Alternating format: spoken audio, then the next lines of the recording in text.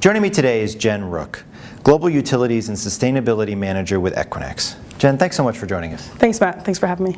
Now, Equinix received the 2016 Leader in the Light Award in the data center sector, reflecting the company's superior portfolio-wide sustainability practices. But if you had to narrow it down to either one project or initiative that best exemplifies Equinix's sustainability program, what would that be? Yeah, so at Equinix, we recently won the 2016 NAREIT Award for the Leader in the Light data centers category.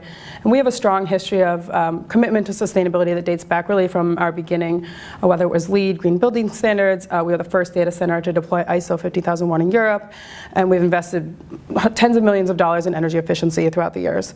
But what we're most proud of this year is that we became, in 2015, we became the first global co-location data center provider to announce a long-term 100% renewable energy target.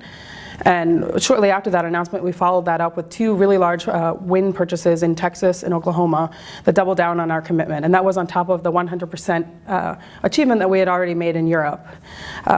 As you know, as a data center provider, we house the IT equipment of some of the largest, most valuable companies in the world, and we pay a utility bill of over $300 million a year. So that means when a company like Equinix commits to renewable energy, we can have a real environmental impact. For a company like Equinix with a large and geographically diverse portfolio, how difficult is it to manage the varying regulations that are in play in your company-wide initiatives? Yeah, so we have 145 sites, not including our recent acquisition of Verizon Terramark. Those are scattered around 45 major metros. And we have local and regional operations teams that are really stellar, and they take care of understanding the local building codes or local regulations, whether it's air permits, for example, for our generators. At the corporate level, we're looking at innovations that are going to lead our industry. We're working with respected organizations like NAREIT, like RE100, like the Business Renewable Center to design our renewable energy strategy that's going to be best in practice, following best guidelines around the world. Of course, we would love to deploy solar panels on all of our roofs or buy solar from sites that are next door to us, but that's not possible. We can't please everyone. So we're really looking for large-scale, big impact projects like our Texas and Oklahoma wind deals.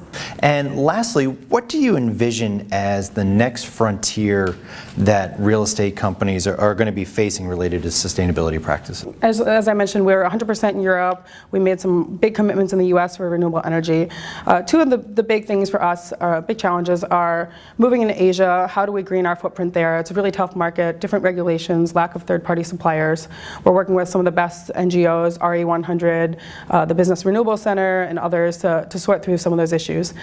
Secondly, on the ground, we're looking at developing better design standards for our data centers. So we're deploying local innovations that take advantage of local conditions like deep water, like cooling in Toronto, solar panels where possible. We just did that in SG3 in Singapore.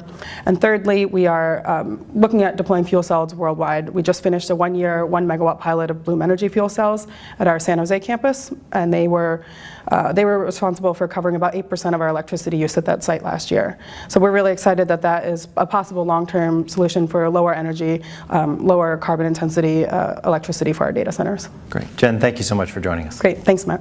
For more from NAREIT's 2017 Leader in the Light Working Forum, be sure to visit REIT.com.